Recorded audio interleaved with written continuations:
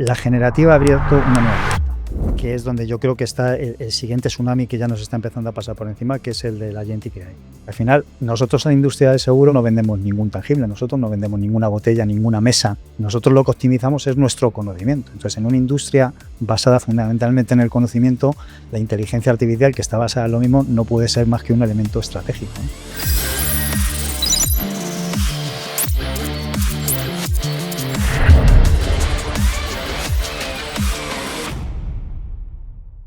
Bienvenidos al podcast All You Need Is Data de Mioti. Soy María Alonso, directora de marketing de la escuela, y como ya sabéis, en este podcast hablamos sobre el impacto de la inteligencia artificial y las nuevas tecnologías en la estrategia empresarial. Hoy vamos a centrarnos en el sector seguros. Lo vamos a hacer con un invitado muy especial, con Víctor Santamaría. Víctor es el Head of Group Data Science Center of Excellence de Reale Group. Y bueno, pues qué mejor que él justamente, ¿no?, para hablarnos sobre el impacto de la data, de la IA en el sector seguros. Bienvenido, Víctor. Muchas gracias, María, por la invitación. Llevas ya, creo que más de 30 años en el sector TI, desde 2005 en Reale Group. Has vivido, ¿no?, el BI tradicional, la explosión del dato, la llegada del cloud, la inteligencia artificial tradicional, la inteligencia artificial generativa también. No sé si podrías decirnos cuál ha sido quizá ese momento, ese cambio o esa decisión que para ti haya marcado realmente las estrategias de datos. Bueno, en el sector asegurador la estrategia del dato ha sido central de toda la vida, ¿no? O yo digo algunas veces, la industria del seguro se basa en el dato desde los tiempos de los fenicios, ¿no? Nosotros al final somos una industria que dentro del ámbito financiero jugamos con el tema de la probabilidad de que se produzca un suceso, un evento que penaliza a nuestros clientes. Por lo tanto, casi, decirlo de alguna manera, la ciencia de datos es casi innata a la ciencia del seguro, ¿no?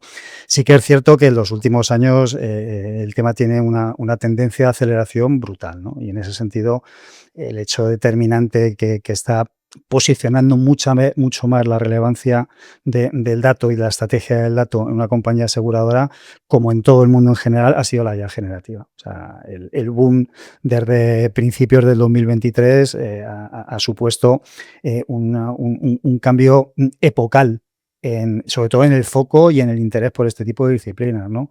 El tema del salto de lo que yo llamo la IA tradicional, porque nosotros, por ejemplo, como centro de excelencia, nacimos en el año 2019, a finales del 2019, ¿no? Pero nuestra primera trayectoria del desierto, por decirlo así, en los primeros 2 o 3 años, estábamos haciendo cosas que se venían haciendo ya desde hace tiempo, con cierto nivel de innovación, penetrando en áreas de negocio en las que a lo mejor antes no había tanto interés por la analítica avanzada, por la ciencia del dato, pero lo que realmente nos ha situado en el foco de interés de toda la empresa ha sido la llegada de la inteligencia artificial generativa y, sobre todo, la velocidad a la que este cambio se está produciendo, ¿no? O sea, ahora cambios como fue la introducción del BI o el tema del cloud, que han sido muchos más paulatinos y mucho más gestionador, digamos, de puertas adentro de la empresa. El tema de la generativa, sobre todo, lo que tiene es que te expone de una forma total, en 360 grados, no solo a los procesos internos, sino también a los clientes, y áreas que nunca a lo mejor habían mostrado interés por el uso de este tipo de disciplinas, pues son las primeras que ahora están llamando a tu puerta pidiendo que, bueno, y lo nuestro que hay, ¿no? Y ahora, estando a la cabeza, ¿no?, del Centro de Excelencia de Data Science de Reale, pues al final coordinas, ¿no?, metodologías, casos de uso, gobierno, talento, estándares. Realmente, ¿cuál es quizá ese mayor reto, ¿no?, o los mayores desafíos que has vivido, sobre todo de cara a una compañía también que está tan regulada y también tan orientada al riesgo como una aseguradora? Bueno, esta pregunta nos daría para 3 o 4 podcasts. Porque en realidad todos son retos, ¿no?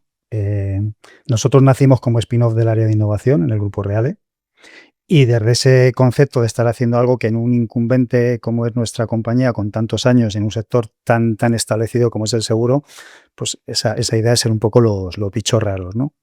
Entonces, en esa línea, y por centrar un poco qué ha sido lo más desafiante o lo que más nos cuesta realmente en el día a día, es la gestión del cambio. O sea, de entender en una compañía tradicional como es Reales Seguros, la posición, la contribución que pueden hacer estas nuevas tecnologías y el conseguir tener en la misma barca a todos los actores, porque al final estamos hablando de un esfuerzo muy multidisciplinario, ¿no? Cuando nosotros presentamos el plan estratégico de inteligencia artificial a finales del 2019, la primera slide de la presentación decía, tened todos en cuenta, para el comité de dirección de grupo, estamos hablando, tened todos en cuenta que esto no es un proyecto tecnológico, esto es un proyecto de negocio. Y si no se enfoca desde esa óptica, el reto es todavía mayor. Luego seguramente tendremos oportunidad de matizar algún elemento en el resto de la conversación, ¿no? Pero ese tener a todos a bordo, conseguir que, lo leía hoy precisamente en una entrevista, en un artículo sobre un simposium que había la semana pasada, no tuve la oportunidad de participar por temas de agenda, que es el Insular Revolution, se habla mucho del concepto de silos, ¿no? Las empresas tradicionales trabajamos mucho por verticales. Cada uno tiene su cotarro, luego tenemos nuestros mecanismos de coordinación, pero hay un sentido muy propietario de cada una de sus actividades, ¿no? En nuestro caso, además, se suma una cosa, que nosotros somos tecnólogos fuera del área de tecnología. En mi unidad es donde habitan, por decirlo de alguna manera, que me perdonen luego los que vean el podcast, donde habitan los científicos de datos, pero el ecosistema de colaboración tecnológico es mucho más rico que el del solo la ciencia de datos, ¿no? Nosotros estamos nominados como ciencia de datos como unidad. Trabajan allí los científicos de datos, pero el resultado de nuestro trabajo es el resultado de una cosa que nosotros a nivel de marketing interno en el grupo le llamábamos el triángulo mágico, ¿no? Que es en el vértice superior el negocio, en la base del triángulo, por un lado los científicos de datos, pero en el otro la tecnología, ¿no? Nosotros no dejamos de ser tecnólogos que por circunstancias organizativas no trabajamos en el área de tecnología. Esto en Reales Seguros, ¿eh? En otras compañías se organiza de otra manera. Pero al final la idea del triángulo mágico es que tú no puedes hacer ciencia de datos, o ya si hablamos ya de terminología del 2025, no puedes hacer inteligencia artificial si esos tres vértices no trabajan juntos, ¿no? Entonces, la gestión del cambio de, en la base, conseguir que dos áreas que pertenecen no solo a unidades diferentes, sino en nuestro grupo a compañías diferentes. Nosotros tenemos una compañía que se encarga de los servicios tecnológicos, que es Real ITES, que es donde trabajan dentro de nuestro equipo de trabajo los ingenieros de inteligencia artificial y los ingenieros de datos, aparte de los roles tradicionales de TI, y luego los científicos de datos que pertenecen a Reales Seguros. O sea, no solo una unidad diferente, es una compañía diferente. Y luego está el negocio. Y el negocio es otro de los grandes retos para hacer inteligencia artificial o ciencia de datos en una compañía como la nuestra. Yo diría que en cualquier compañía. ¿Por qué? Otra de las componentes importantes de la gestión del cambio, de la que os hablaba, es que estas disciplinas de la inteligencia artificial, la ciencia de datos, la analítica avanzada, son tecnológicas, pero tiene una forma de desarrollarse un poco diferente. Aunque los nuevos paradigmas de Agile, que están ya encima de la mesa en los últimos 10 años, abogan por esos equipos integrados, de negocio, tecnólogos, que es el secreto para poder llevar adelante de forma eficiente un buen desarrollo tecnológico, la componente que tienen los proyectos de inteligencia artificial es que la involucración de negocio es todavía mayor. Porque los proyectos están vivos. Los proyectos no son, yo he definido unos requisitos y, bueno, trabajo contigo, pero vamos en la misma línea, vamos refinando cosas. Aquí el proyecto va evolucionando día a día o semana a semana o sprint a sprint. En una que es mi fase favorita, que estos proyectos al final no van ni donde quiere el centro de excelencia ni donde quiere el negocio. Van hacia donde nos llevan los datos. Y los datos a veces te cuentan una historia o tú pensabas sacar un valor de ellos y luego por calidad, por falta de volumen, por cualquier tema, tienes que ir pivotando el proyecto hacia otros objetivos menos ambiciosos o más ambiciosos. A veces también tenemos pocas veces, ¿eh? Sorpresas positivas y dices, mira, puedo hacer más de lo que esperaba. En una primera iteración, cuando estás buscando un MVP, normalmente no. Vas a tiro fijo a algo muy concreto y luego lo vas haciendo crecer, ¿no? Pero al final el proyecto está vivo y esa vida diaria del proyecto, sin tener a los participantes de negocios muy dentro del equipo, llámales business analyst, llámales product owner, llámales como quieras, pero si no forman parte del equipo, es muy complicado que la iniciativa, que el proyecto, que la solución lleve una vida dirigida a tener lo antes posible ese MVP, que puedas exponerlo o crecer sobre el mismo, más allá de que estos paradigmas de innovación, pues están todavía por aterrizar en grandes partes de la empresa de seguro. Entonces, ya ves cómo hablo mucho, ya os lo advertí, ¿eh? El gran reto para mí en estos años ha sido la gestión del cambio, conseguir tener a todo el equipo junto y sobre todo a la gente de negocio. La gente de negocio al final vuelve a hacer el paralelo de la tecnología tradicional. Ellos esperan una lavadora que tú llevas, la enchufas y te pones a lavar. Y por desgracia estas soluciones no son así, hay que trabajarlas juntos, hay que desarrollarlas juntos y hay que llevarlas a término juntos. Y sacar al negocio de la vorágine del día a día, donde ya están al 130%, es tremendamente complicado. No porque no quieran o no sientan la necesidad de hacerlo, sino porque muchas veces es materialmente imposible. Y ahí lo que se requiere es una inversión por parte de las empresas que, bueno, nosotros hemos tenido la fortuna de que tanto a nivel local en España como a nivel de grupo se ha entendido que la inteligencia artificial, volviendo un poco a tu introducción a la sesión, es un elemento estratégico de futuro en el mundo asegurador y se está haciendo una fuerte inversión en ese sentido. Y bueno, justamente te iba a preguntar, ¿no? ¿Qué es lo que debe de tener un centro de excelencia para aportar un valor real dentro de la compañía? Pues ligando un poco con lo que comentaba antes, ser sobre todo muy práctico. Las pruebas de concepto están bien para iniciar el camino, pero lo antes posible tienes que empezar a pensar en cómo vas a poner eso en producción y qué vas a poner conjuntamente con negocio. Y sobre todo, por lo menos en nuestra experiencia, nosotros desde el principio establecimos un mantra, que era no business, no party.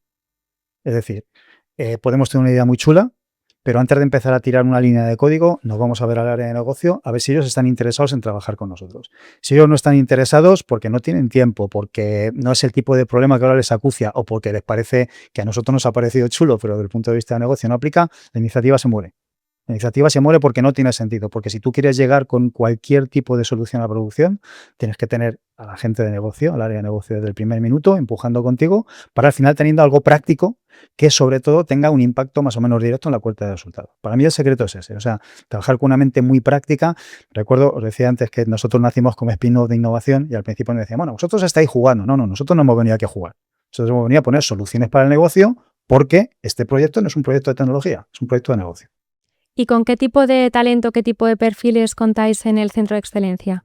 En el centro de excelencia, como comentaba antes, básicamente son los científicos de datos. Pero yo prefiero hablar del programa estratégico que hemos montado juntos con los colegas de tecnología, con los colegas de Realities, ¿no? Entonces, en ese sentido, el núcleo duro del equipo es el científico de datos, el ingeniero de inteligencia artificial y el ingeniero de datos. El ingeniero de datos que proporciona los datos para hacer el modelo al científico de datos, el científico de datos modeliza y luego el ingeniero de inteligencia artificial industrializa, que es algo fundamental. El dossier tiene como ambición llegar a producción, integrarse en un proceso de negocio que normalmente estará soportado en una aplicación tecnológica en la cual tienes que integrar el API o la llamada, hablando en términos más planos, a tu modelo industrializado. Entonces, todos esos perfiles son absolutamente fundamentales. Y uno de los errores que se suele cometer es no pensar en ese momento en la industrialización. Desde que tú tienes el modelo hasta que lo industrializas, todavía hay que pasar distintas fases que son al final la última milla del éxito, ¿no? Porque al final si el modelo no acaba en producción integrado en un proceso de negocio, muchas veces es inútil. ¿Y cómo hacéis para manteneros actualizados, sobre todo con cómo avanzan, ¿no?, las nuevas tecnologías, cómo avanza la inteligencia artificial? ¿Hay algún programa interno para manteneros actualizados? Nosotros tenemos, todos los años se renueva el programa de formación de la unidad, tanto del Centro de Excelencia como de Realities, como de la parte tecnológica. Hacemos foco en que nuestros profesionales estén constantemente actualizados, sobre todo mucho desde el punto de vista también de la práctica, ¿eh? Nosotros, por ejemplo, todo nuestro desarrollo de la inteligencia artificial generativa y el que hemos empezado a hacer en el mundo de la agentic AI está siempre guiado por la práctica.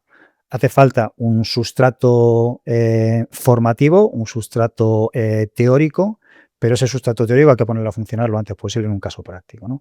Entonces, dentro de esa dinámica de learning on the job, intentamos complementar lo máximo posible de forma continua la capacitación de nuestros colaboradores y colaboradoras. Y luego ponemos especial foco en un mundo en el que el talento es escaso, que una parte ya la desarrollamos nosotros dentro, pero que también venga talento de fuera, ¿no? Y entonces, en ese sentido, pues más allá de las certificaciones técnicas de los proveedores como Microsoft o como Databricks, que son parte de nuestros, digamos, partners de base, sin los cuales, pequeño paréntesis, yo soy incapaz de imaginar el desarrollo tecnológico de la inteligencia artificial con las herramientas que teníamos hace 15 años sin trabajar en la nube. O sea, es algo que va prácticamente de la mano, ¿no? Y en ese sentido, un partnership importante ya sea con Microsoft, con Amazon, con Google, son elementos de base que tienes que tener para una estrategia de datos exitosa, ¿no? Pero en el talento que traemos de fuera valoramos mucho lo que son las capacitaciones técnicas digamos, los grados técnicos, las ingenierías, la matemática, pero ahora, el día de hoy, y vosotros sois un claro ejemplo, se ha abierto mucho el abanico de las compañías que han puesto su foco en la formación y la formación tecnológica especializada. Yo, en ese sentido, agradeceros que haya emprendedores que hace años ya iniciasteis esa línea, porque hace falta mucho talento y nosotros es un elemento que valoramos muy seriamente cuando este tipo de add-ons sobre la formación que uno trae de la facultad, incluso para un nuevo diplomado de una ingeniería técnica, pero el que tenga un complemento de que ya sabe de qué va esto de la ciencia de datos o de la ingeniería de inteligencia artificial, para nosotros es casi una parte de higiénica de los componentes de cualquier currículum. Ahora muchas compañías, ¿no? Sobre todo el sector asegurador, están implementando soluciones más de inteligencia artificial generativa, pero en procesos de menor riesgo, ¿no? Y hablamos de automatizaciones, de analítica. ¿Vosotros estáis siguiendo este enfoque más progresivo? Podríamos hablar mucho sobre si actuar sobre las operaciones y los procesos tienen más o menos riesgo, ¿eh? Pero sí que un poco, yo creo, en la línea que comentas, no tener un nivel de exposición, sobre todo exterior, excesivamente elevado. Y la respuesta es sí, porque todos tenemos que seguir esa línea. La inteligencia generativa, que como os comentaba antes, nos ha puesto en el mapa del interés o en el foco del interés dentro del mapa de las distintas contribuciones tecnológicas, es un arma de doble filo, porque te coloca en el foco, pero luego parece que es la panacea, que sirve para todo. Y no es así. La generativa sirve para unas cosas y para otras no. Y sobre todo no tenemos que perder de vista que en su propio nombre está su propia naturaleza. Es generativa, no es determinística, no es ni siquiera probabilística desde el punto de vista que trabajábamos los sistemas clásicos de Machine Learning para hacer predictores. Decían, bueno, esto va a ocurrir con un 80%. La generativa es inventiva, es creativa por su naturaleza, ha estado creada para eso, ¿no? Entonces, cuando la tienes que someter a procesos o internos o de relación con el cliente que tienen que ser extremadamente precisos en lo que contestan, hay que pensarse muy mucho en los riesgos que quieres correr y en la inversión que vas a hacer. Por poneros un ejemplo, hemos tenido alguna solución en Italia. Nuestro modelo de negocio es muy parecido en los dos países, pero con sensibles diferencias, ¿eh? Y en ese sentido, por ejemplo, en Italia nosotros damos servicios también de inteligencia artificial a una compañía de servicios que tenemos en Italia. Entonces, una compañía de servicios no es lo mismo que una compañía aseguradora. La compañía de seguridad tiene sus límites, pero la compañía de servicios que gestiona algunos procesos de la aseguradora tiene una relación con el cliente mucho más directa. Mientras que nuestro canal de distribución, tanto en Italia como en España, preferentes son los mediadores. Entonces, nosotros no somos una compañía de tener una gran exposición directa a los clientes. Tenemos nuestros canales de contacto, tenemos nuestro negocio directo, pero nuestro foco fundamental son nuestros mediadores. Pero en situaciones especiales, como la que puede ocurrir con esta compañía de servicios que os digo en Italia, se decidió ofrecer un chatbot conversacional basado en generativa para responder a preguntas muy concretas de un determinado colectivo gestionado allí que tiene una póliza de seguro muy concreta. Bueno, pues el chatbot en 3 semanas estuvo funcionando. ¿Cuándo lo hemos puesto en producción? Pues te diría que alrededor de 20-22 meses nos costó luego ponerlo en producción. Porque hacer luego que la generativa no solo converse, sino que converse sin cometer errores, requiere mucho trabajo. Sobre todo te estoy hablando de los primeros experimentos que empezamos a hacer en el año 2023. ¿Y dónde habéis visto más beneficios tangibles en el uso de la inteligencia artificial, la data? Tenemos algunos casos muy curiosos, ¿no? A día de hoy nosotros estamos apuntando sobre todo a lo que es la optimización de procesos, es decir, todo lo que queda dentro del perímetro de nuestro control y dentro de lo que es la eficiencia, tanto por mejorar el time to market y de respuesta para el cliente, que en nuestro caso sobre todo es responder en el momento que hay un siniestro. Nosotros le llamamos prestaciones aquí en España, pero al final es la palabra clásica de siniestro. Entonces, toda esa mejora de eficiencia operativa es donde tenemos el foco, aunque pisamos otras áreas. Dentro del equipo actuarial, esta es una persona que no depende directamente de nuestra unidad, pero con la que colaboramos estrechamente. Los actuarios tienen sus propios científicos de datos. Pero ahí entra una de las cosas que comentabas antes, que la ciencia de datos aplicada a la técnica actuarial tiene muchos límites regulatorios. Hay unos requisitos de explicabilidad en las fórmulas actuariales que tienen que dar respuesta a nuestro cálculo de precios que son tremendamente estrictas y tremendamente reguladas, ¿no? Pero en la parte que más gobernamos nosotros del centro de excelencia, sobre todo son procesos de eficiencia. Sí es cierto que luego te encuentras con sorpresas, y esto lo conecto con una cosa que comentaba antes de que a veces te encuentras sorpresas donde no las esperabas o encuentras valor no utilizando la generativa o no utilizando inteligencia artificial incluso avanzada, y que es un principio que al final cada problema requiere su solución.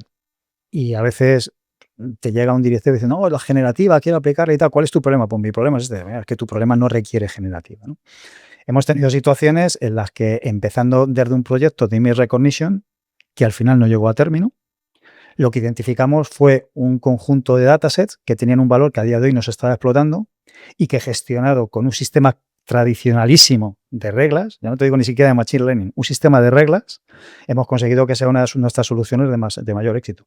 Y no hay analítica avanzada detrás, no hay inteligencia artificial, no hay image recognition, no hay generativa, pero llegamos ahí a través de una exploración realizada con técnicas de image recognition y luego de Advanced Analytics, para ver cuál era el pedazo, no me sale la palabra técnica, de valor que había allí en aquel dataset. Porque ¿cómo medís realmente el impacto que está teniendo?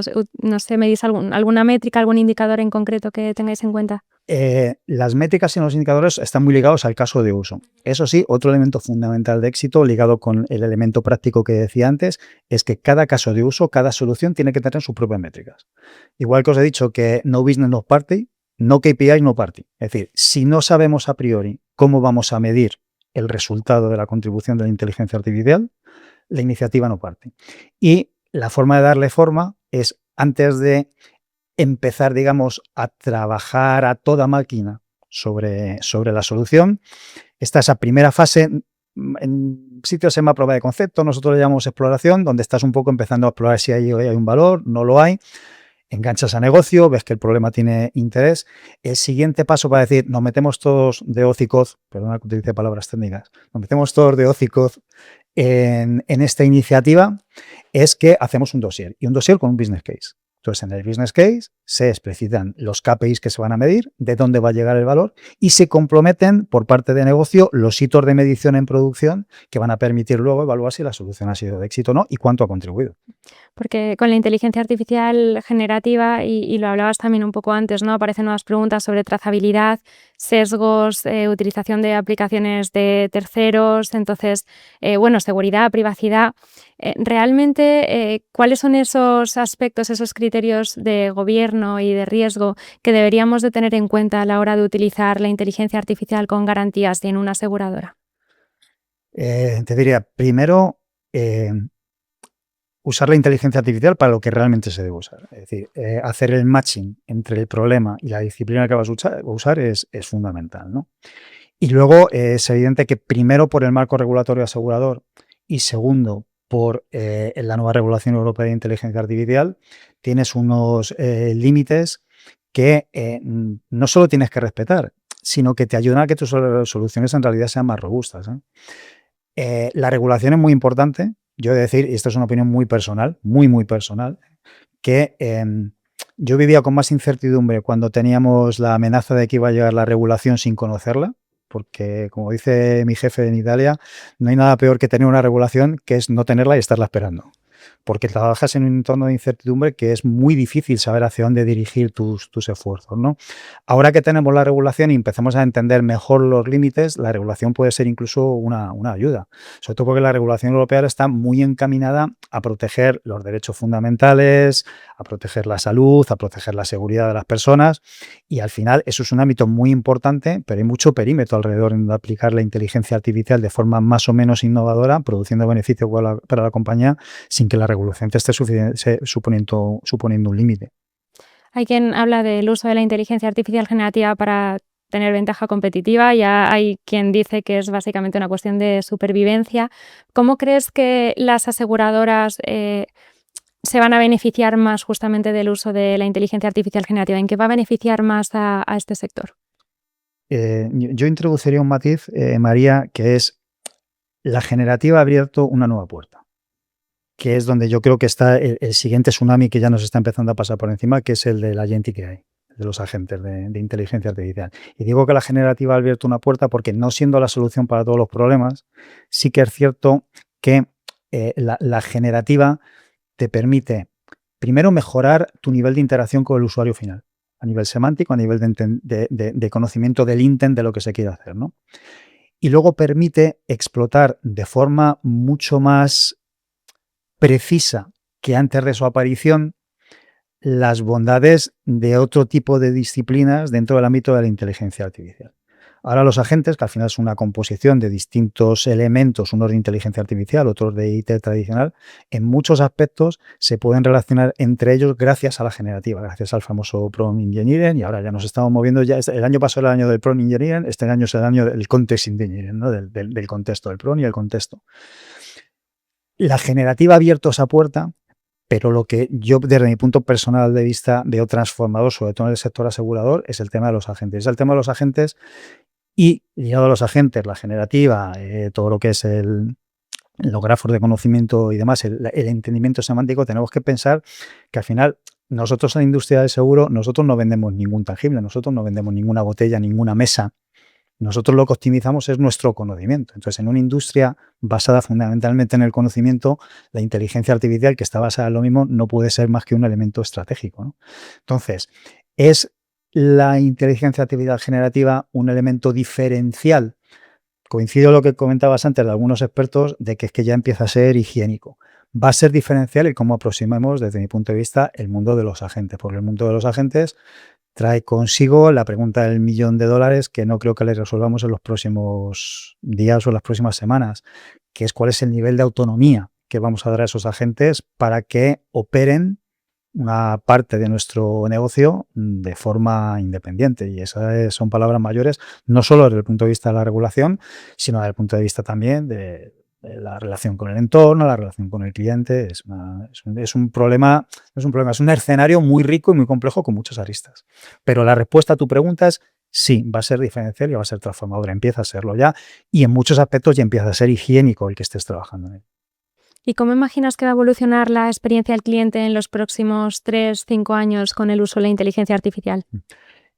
Creo que en general el vuelco está siendo ya epocal. Si hablo específicamente de la empresa aseguradora, de la industria aseguradora y en concreto de nuestra compañía, tenemos que tener en cuenta lo que decía antes. Nuestro canal, nuestra estrategia de negocio es la distribución a través de los mediadores. Entonces, en ese sentido, la experiencia que me espero de los clientes reales es una experiencia siempre con su agente, siempre con su mediador, pero un mediador aumentado con capacidades de inteligencia artificial que le permita ser mucho más ágil a las propuestas, que le permita tener mucha más información y mucho más contexto de la conversación persona a persona que tiene que tener con su cliente. Yo he dicho siempre esto del B2B, el B2C, he dicho siempre que nuestra industria es H2H, que es humano para humano. Entonces, el trato personal de la gente para nosotros es algo diferenciador, por lo que seguiremos apostando. Y en ese sentido, estamos intentando encontrar los caminos que permitan mejorar el trabajo del mediador, el trabajo de la gente, para que él, en su trato con el cliente, pueda mejorar también esa experiencia final.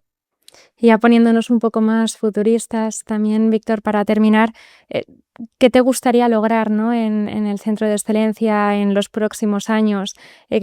No sé, algo que vaya a ser como un gran hito para la compañía, que digas, hemos transformado a la empresa, ¿no? con esto.